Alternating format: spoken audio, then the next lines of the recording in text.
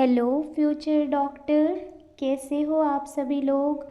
आज हम लोग क्लास 12 के chapter number 8 human health and disease को डिस्कस करेंगे।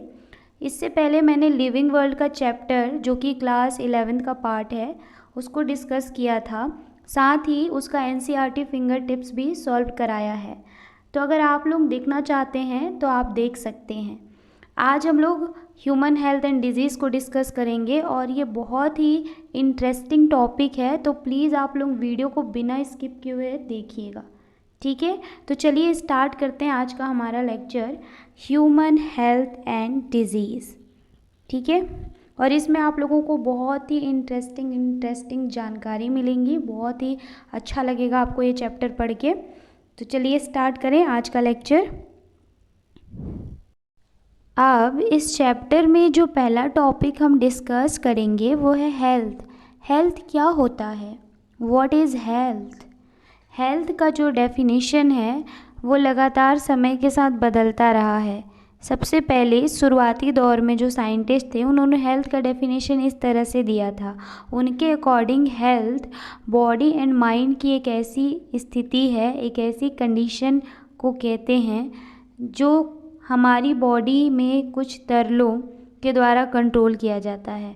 हमारी बॉडी में बहुत सारे फ्लूइड मिलते हैं, तरल मिलते हैं, जिनको बायोलॉजी में ह्यूमर कहा जाता है। जैसे कि ब्लड मिलता है, लिम्फ मिलता है, प्लाज्मा मिलता है। ये हमारी बॉडी में मिलने वाले ह्यूमर्स हैं। ठीक है, तो जब तक इन ह्यूमर्स का हमारी बॉडी में पीएच, कंसंट्रेशन, क्वांटिटी कंट्रोल रहती है तब तक हमारा जो हेल्थ है वो मेंटेन रहता है। ये पहले के साइंटिस्ट द्वारा दिया गया हेल्थ का डेफिनेशन था। अब इस एंशिएंट हेल्थ का जो डेफिनेशन है इसको पुराने scientist like Hippocrates and Indian Ayurveda ने दिया था। इंडियन आयुर्वेदा संस्था है उसने और हिप्पोक्रेटस ने ये डेफिनेशन दिया था हेल्थ का कि हेल्थ क्या है। Health is a state of body and mind which is maintained by certain humours. Body में मिलने वाले कुछ तरलों के द्वारा ये मेंटेन रहता है। अब ये जो परिभाषा दी गई थी पहले के साइंटिस्ट द्वारा ये बिल्कुल हाइपोथेटिकल थी। हाइपोथेटिकल का मतलब है मनगढ़ंत कहानी थी। इसका कोई एविडेंस नहीं था, कोई प्रूफ नहीं था। उन्होंने बस ऐसी चर्चा किया, उनको लगा इस टाइप से हो सकता है, उन्होंने एक थ्योरी दे दी। तो ये जो थ्योरी थी वो हाइपोथेटिकल थी, मतलब इसका उन्होंने कोई प्रूफ नहीं दिया, कोई साइंटिफिक टेस्ट नहीं किया इसका, बस उन्होंने एक क्या कर दिया, मनगढ़ंत कहानी बना दी। तो इस चीज़ को याद रखिएगा।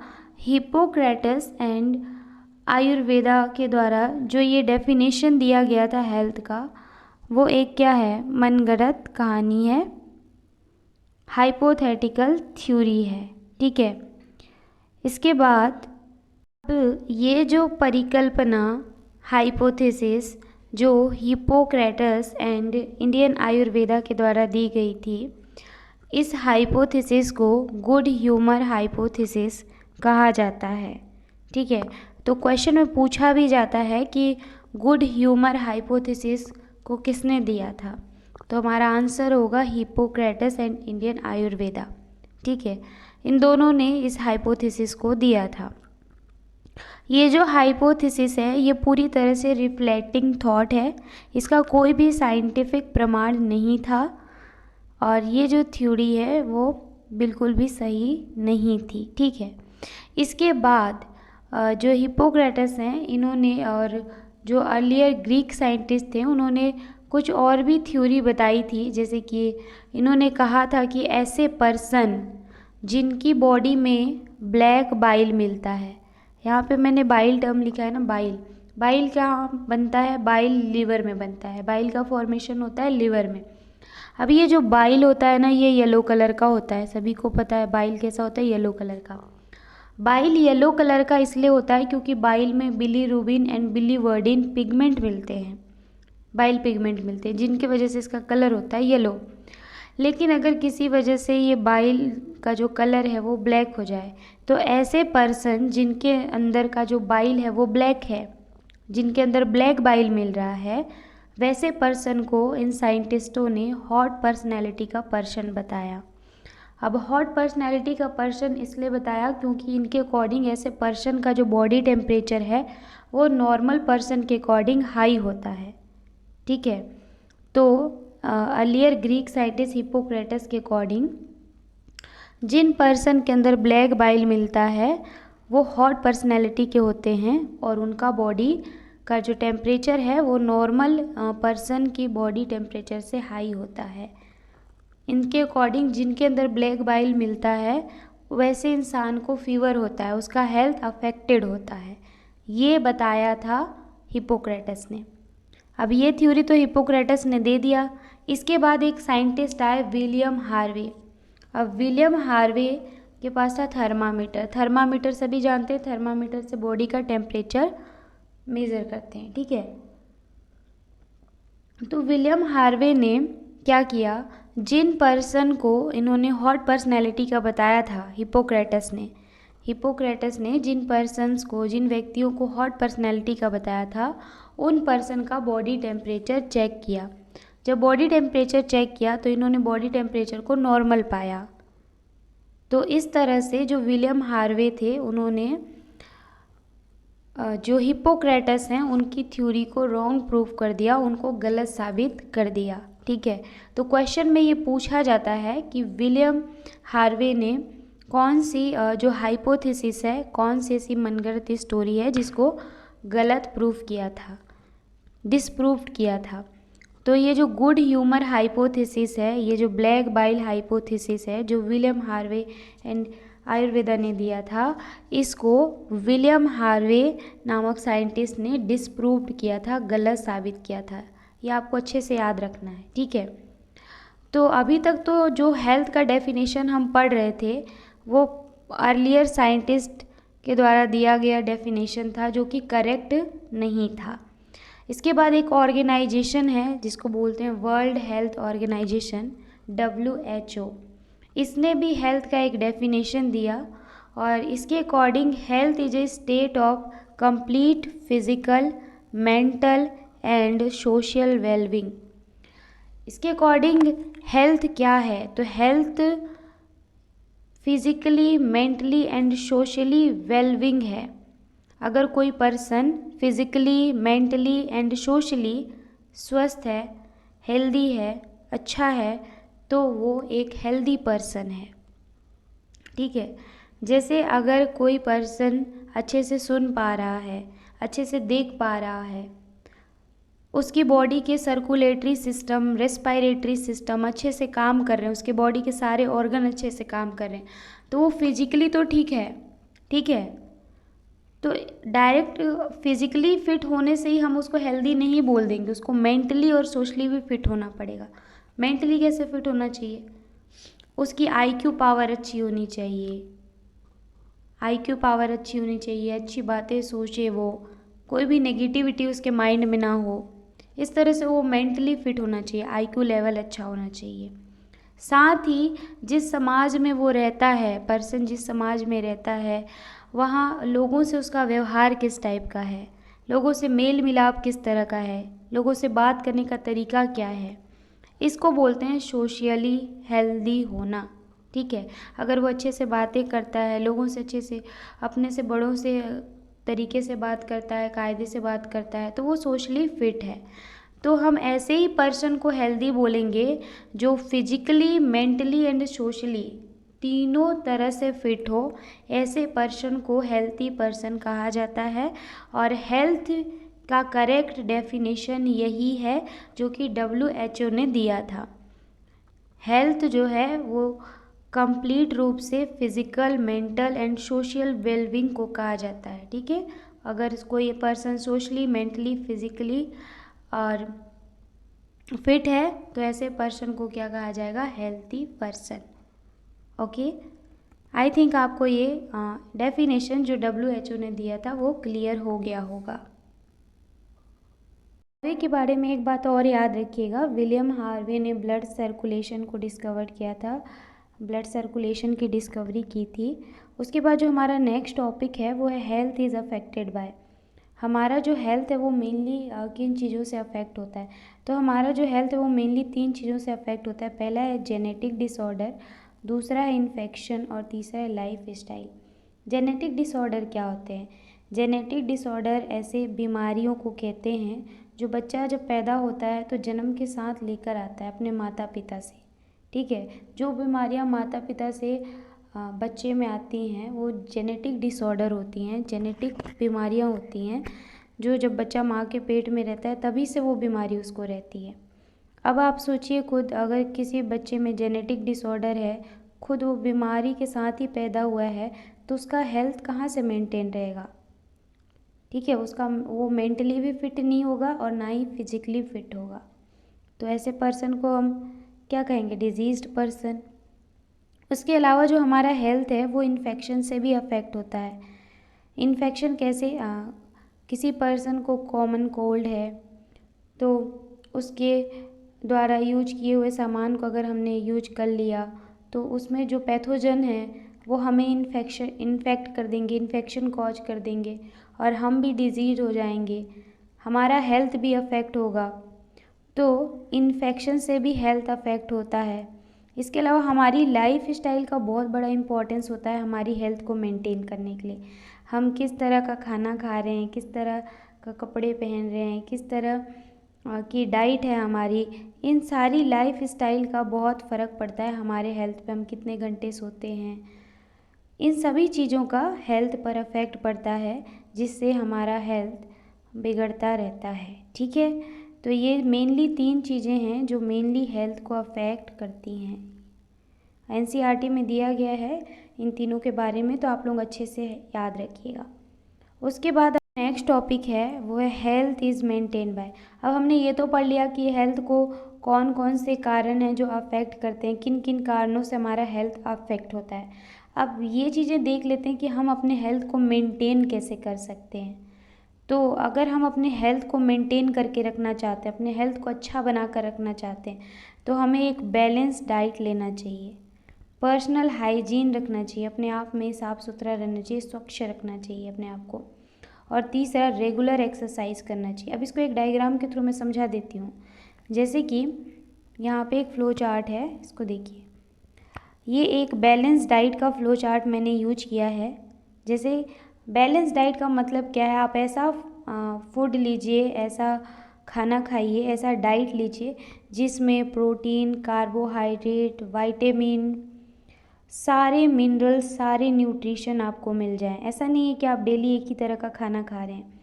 आपके फूड में वेजिटेबल्स भी होने चाहिए, फ्रूट भी होने चाहिए, nuts, seeds, vegetable oils, egg और दूध, स्वीट्स, ये सारी वैरायटी आपकी डाइट में होनी चाहिए। आपका डाइट एकदम परफेक्ट होना चाहिए, ऐसा डाइट होना चाहिए जिससे आपको सारे विटामिन, मिनरल्स, न्यूट्रिशन प्रॉपर रूप से मिलते रहें। तब आपका हेल्थ क्या रहेगा? मेंटेन रहेगा। दूसरा काम क्या करना है हमें पर्सनल हाइजीन रखना है। पर्सनल हाइजीन का मतलब क्या है? डेली नहाना है। इसके अलावा हाथ आपको साफ करके ही खाना खाना है, हैंड वॉश करके खाना खाना है, साफ़ सुथरे कपड़े पहनने हैं, डेली ब्रश करना है, डेली बाल साफ़ करने हैं, साफ़ टॉवेल यूज़ करना है। ये सारे हमारे पर्सनल हाइजीन हैं जो हम अपने बॉडी को साफ़ सुथरा रखने के लिए यूज करते हैं। इन सारी पर्सनल हाइजीन का आपको अच्छे से ध्यान रखना चाहिए, तब जाके हमारा हेल्थ क्या रहेगा? प्रॉपर मेंटेन रहेगा, हम हेल्दी रहेंगे। इसके अलावा डेली एक्सरसाइज भी करना चाहिए। डेली एक्सरसाइज करने से हमारा हेल्थ अच्छे से मेंटेन रहेगा, तो डेली एक्सरसाइज भी करना चाहिए। तो ये सारे तरीके हैं जिससे हम अपने हेल्थ को मेंटेन कर सकते हैं। नेक्स्ट टॉपिक है वो है बेनिफिट ऑफ हेल्थ। हेल्थ को अच्छा रखने के क्या फ़ायदे हैं? अगर आप हेल्दी हैं तो आपको इसके क्या क्या फ़ायदे मिलेंगे वो देख लेते हैं। देखिए, अगर आपका हेल्थ अच्छा है तो इससे प्रोडक्टिविटी बढ़ेगी एंड इकोनॉमिक प्रॉस्पेरिटी आएगी।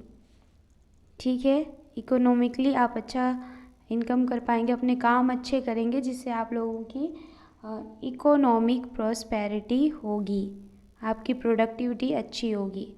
तो ये तभी पॉसिबल है जब आप हेल्दी रहेंगे। उसके बाद हेल्थ से लॉन्गेटिविटी बढ़ती है पीपल की, ठीक है, लॉन्गेविटी बढ़ती है, मतलब उसकी जो लाइफ स्पान है, उसकी जो जीवन काल है वो लंबा होता है। इसके अलावा अगर आपका हेल्थ अच्छा है तो इससे infant and maternal mortality rate भी कम होता है। जैसे कि कोई फीमेल प्रेग्नेंट है तो अगर हम उसको हेल्दी रखते हैं, उसकी डाइट, उसके स्वास्थ्य, उसके रेगुलर एक्सरसाइज, पर्सनल हाइजीन का अच्छे से ध्यान रखते हैं, उसको हेल्दी रखते हैं, तो इस वजह से जो इन्फेंट्स होगा, जो आने वाला बच्चा है वो सुरक्षित रहेगा और माँ भी सुरक्षित रहेगी। इस वजह से जो कई बार ऐसे होता है कि लापरवाही की वजह से उनको हम अच्छे से हेल्दी नहीं रख पाते, उनकी हेल्थ का ध्यान नहीं रख पाते, तो इन्फेंट बच्चे और माँ दोनों की डेथ हो जाती है। तो अगर हम उनको के हेल्थ का ध्यान रखेंगे तो infant and maternal mortality rate जो है वो कम हो जाएगी, वो रिड्यूस हो जाएगा। तो ये बेनिफिट हैं, अगर हम हेल्थ पे ध्यान देते हैं तो हमें ये बेनिफिट मिलेंगे। इसके बाद हमारा नेक्स्ट टॉपिक है वो है डिजीज़ेस।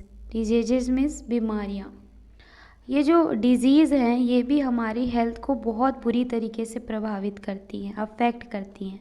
डिजीज़ेस जो हैं वो मेनली दो टाइप की होती है, एक होती है कम्युनिकेबल या इसी को कहते हैं इन्फेक्शियस, और दूसरी होती है नॉन कम्युनिकेबल या नॉन इन्फेक्शियस। जो कम्युनिकेबल डिजीज़ेज़ हैं या इन्फेक्शियस डिजीज़ेज़ हैं ये पर्सन टू पर्सन स्प्रेड होती है, फैलती हैं, ठीक है। और इनके फैलने के कई कारण होते हैं, जैसे ये प्रदूषित खाना खाने से, प्रदूषित पानी पीने से, कंटामिनेटेड एयर वाटर, इन सभी चीज़ों से ये फैलती हैं। उसके बाद जो नॉन कम्युनिकेबल डिजीज़ेज़ हैं या नॉन इन्फेक्शियस डिजीज़ेज़ हैं ये पर्सन टू पर्सन स्प्रेड नहीं होती हैं, ठीक है। तो चलिए इन्फेक्शियस डिजीज़ेज़ के बारे में थोड़ा पढ़ लेते हैं। तो जो हमारी इन्फेक्शियस डिजीज़ हैं उनमें आता है bacterial disease, viral disease, protozoal disease, helminthes disease and fungal infection. अगर कोई बैक्टीरिया डिजीज़ कॉज कर रहा है, अगर बैक्टीरिया के थ्रू कोई डिजीज़ कॉज किया जा रहा है तो ऐसी डिजीज़ को कहा जाता है बैक्टीरियल डिजीज़। अगर डिजीज़ का पैथोजन, डिजीज़ कॉज करने वाला कॉजिंग एजेंट अगर वायरस है तो ऐसे डिजीज़ को कहा जाएगा वायरल डिजीज़। अगर डिजीज़ कॉज करने वाला कॉजिंग एजेंट अगर प्रोटोजोआ है तो ऐसी डिजीज़ को कहा जाएगा प्रोटोजोअल डिजीज़। अगर डिजीज़ कॉज करने वाला कॉजिंग एजेंट आपका हेलमिंथेस है तो ऐसी डिजीज़ को हेलमिंथिक डिजीज़ कहा जाएगा। और अगर कोई बीमारी फंगस के इन्फेक्शन से हो रही है तो ऐसे बीमारियों को फंगल इन्फेक्शन कहा जाएगा। इसके बाद जो नॉन कम्युनिकेबल डिजीज़ हैं या नॉन इन्फेक्शियस डिजीज़ हैं उनमें कौन कौन सी डिजीज़ आती हैं ये भी देख लेते हैं। तो नॉन कम्युनिकेबल डिजीज़ में आती है हमारी डेफिशिएंसी डिजीज़ेस। जैसे अगर हमारी बॉडी में किसी चीज़ की डेफिशिएंसी हो जाए, लाइक प्रोटीन, कैलोरी, तो इनकी डेफिशिएंसी से जो डिजीज़ेज़ आती हैं उन्हें नॉन कम्युनिकेबल डिजीज़ कहते हैं। क्योंकि अगर हमारी बॉडी में प्रोटीन या कैलोरी या अदर न्यूट्रिएंट्स की कमी हुई तो ये हमारी बॉडी की डिजीज़ है, ये किसी और को नहीं फैलेगी, ये बीमारी किसी और में नहीं फैलेगी, ये नॉन इन्फेक्शियस है, ठीक है। तो जो भी डेफिशिएंसी से रिलेटेड बीमारियां होती हैं हमारी बॉडी में, जो प्रोटीन, जो कैलोरी, जो भी न्यूट्रिएंट्स आवश्यक हैं, अगर उनकी कमी से अगर कोई बीमारी हो रही है तो वो जो है वो नॉन इन्फेक्शियस टाइप की बीमारी है। इसके अलावा जो एलर्जी होता है, हमें एलर्जी कई लोगों को फूड से एलर्जी हो जाता है, कई लोगों को सनलाइट से एलर्जी होता है, ऐसे बहुत सारे एजेंट हैं जिनसे एलर्जी होता है लोगों को। तो ये जो एलर्जी है ये भी एक नॉन इन्फेक्शियस डिजीज़ है, ये भी पर्सन टू पर्सन नहीं फैलती। इसके अलावा ऑटो इम्यूनिटी रिलेटेड डिजीज़ेज़ जो है वो भी नॉन इन्फेक्शियस होती हैं। इसके अलावा कैंसर का तो नाम सभी ने सुना है, कैंसर भी एक नॉन इन्फेक्शियस डिजीज़ है, ये भी कभी फैलती नहीं है दूसरे पर्सन में, ठीक है। तो चलिए इन सभी डिजीज़ को डायग्राम के थ्रू एक एक करके समझ लेते हैं। जैसे कि क्वेश्चन में लगातार पूछ देता है आपको ऑप्शन देके कि इनमें से कौन कौन सा बैक्टीरिया के द्वारा फैलाए जाने वाले बीमारी हैं, बैक्टीरिया के द्वारा कॉज किए जाने वाले बीमारी हैं। ऐसे क्वेश्चन पूछा जाता है तो आपको याद होना चाहिए कौन कौन से बैक्टीरियल डिजीज़ है। तो जो हमारा कॉलेरा है और टाइफाइड है, निमोनिया है, लेप्रोसी है, प्लेग, डिप्थीरिया, वूजिंग कफ, टिटेनस, एंथ्रेक्स, ट्यूबरकुलोसिस, ये सारी जो डिजीज़ेज़ हैं ये बैक्टीरियल डिजीज़ेज़ हैं। ये सभी बैक्टीरिया के द्वारा कॉज किए जाने वाली डिजीज़ेज़ हैं। बीमारियाँ, ये जो बीमारियाँ हैं ये बैक्टीरिया के द्वारा की जाती हैं। बैक्टीरियल इन्फेक्शन की वजह से ये सभी बीमारियाँ होती हैं। तो आपको याद रखना है कौन कौन सी बैक्टीरियल डिजीज़ है, तो इनको याद कर लीजिएगा आप लोग। उसके बाद आगे कुछ वायरल डिजीज़ का भी मैंने डायग्राम के थ्रू समझा रखा है। ऐसी बीमारियां जो वायरस के द्वारा कॉज की जाती हैं उनको वायरल डिजीज़ कहते हैं। जैसे कोरोना का नाम तो सब जानते हैं, कोरोना भी एक वायरल डिजीज़ है। इसके अलावा अब कभी भी वायरल डिजीज़ होती है तो उनमें बहुत सारे सिम्टम होते हैं। जैसे हमारा जो नॉर्मल सा कॉमन कोल्ड है, कॉमन कोल्ड जो आपको सर्दी जुकाम होता है ना, ये भी एक तरह का क्या है, वायरल डिजीज़ है। अब वायरल डिजीज़ कभी भी होता है तो उसके क्या क्या सिम्टम होते हैं, जैसे उसमें वोमिटिंग होती है ना, फीवर आता है, हेडेक होती है, ये सारे सिम्टम आते हैं कभी भी वायरल डिजीज़ होती है तो। उसके बाद अब प्रोटोजोअन से जो बीमारियां होती हैं उनके बारे में भी थोड़ा देख लेते हैं।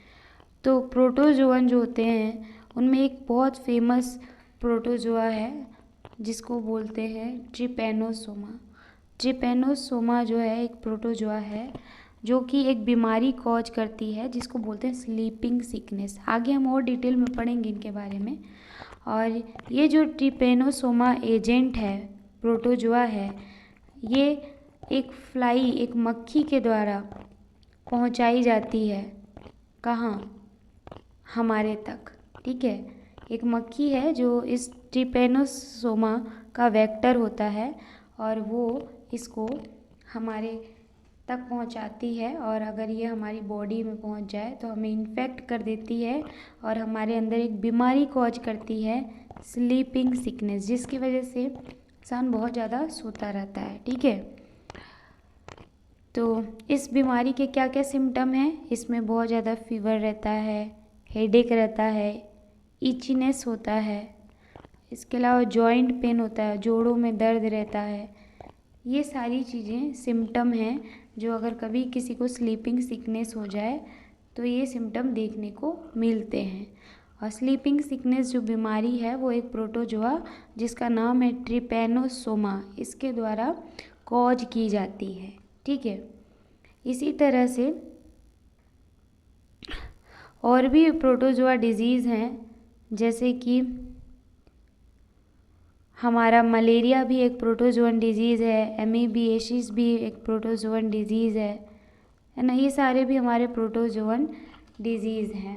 गियार्डियासिस भी एक प्रोटोजोअन डिजीज़ है। ठीक है, तो ये सभी आपको याद रखना है। उसके अलावा हम अगर फंगल इन्फेक्शन का देखें तो हमें जो दाँत, खाद, खुजली ये सब हो जाता है ना, ये सभी हमें फंगल इन्फेक्शन की वजह से होता है। अगर कभी फंगस हमें इन्फेक्ट कर दे तो उसके इन्फेक्शन की वजह से हमें दाँत, खुजली ये सारी प्रॉब्लम होती हैं। ये फंगल डिजीज़ेज़ है। आई थिंक आपको समझ आ रहा होगा। इसके बाद मैंने बताया था कि जो नॉन कम्युनिकेबल डिजीज़ेज़ हैं उनका एग्जाम्पल में मैंने बताया था कैंसर। कैंसर एक नॉन इन्फेक्शियस डिजीज़ है जो कभी फैलता नहीं है एक पर्सन से दूसरे पर्सन में। कुछ डायग्राम के थ्रू आप देख सकते हैं, जैसे माउथ का कैंसर, टंग का कैंसर यहाँ पे दिखा रखा है। ठीक है, ये सारे कैंसर हैं। कैंसर कितना गंदा दिखता है देखने में, और ये कैसा है, एक नॉन कम्युनिकेबल डिजीज़ है, नॉन इन्फेक्शियस डिजीज़ है। आज हमारे इंडिया में, हमारे वर्ल्ड में जो ज़्यादातर डेथ हो रही है वो इसी बीमारी की वजह से हो रही है। कैंसर एक मेजर कॉज है डेथ का, सबसे बड़ा कारण अभी बना हुआ है। ये बीमारी बहुत ही ख़तरनाक बीमारी है, ठीक है। आई होप आप लोगों को ये सारी चीज़ें समझ आ गई होंगी डायग्राम के थ्रू। तो इन सभी को आप याद कर लीजिएगा। इसके बाद जो नेक्स्ट लेक्चर मैं बनाऊंगी उसमें हम जो भी बैक्टीरियल डिजीज़ है लाइक टाइफाइड, प्लेग, इन सब को, वायरल डिजीज़ेज जो भी कॉमन कोल्ड, निमोनिया वगैरह, ये सब जो भी बीमारियां हैं जो एनसीईआरटी में दी गई हैं उनको 1 बाय 1 डिटेल में डिस्कस करेंगे। ये तो बस एक इंट्रोडक्टिव लेक्चर था। आई होप आपको लेक्चर पसंद आया होगा। इसके आने वाले पार्ट में हम और अच्छे से डिटेल में पढ़ेंगे। तो प्लीज़ आप लोग वीडियो को लाइक करिएगा और चैनल को सब्सक्राइब कीजिएगा, क्योंकि बहुत मेहनत लगता है वीडियो बनाने में।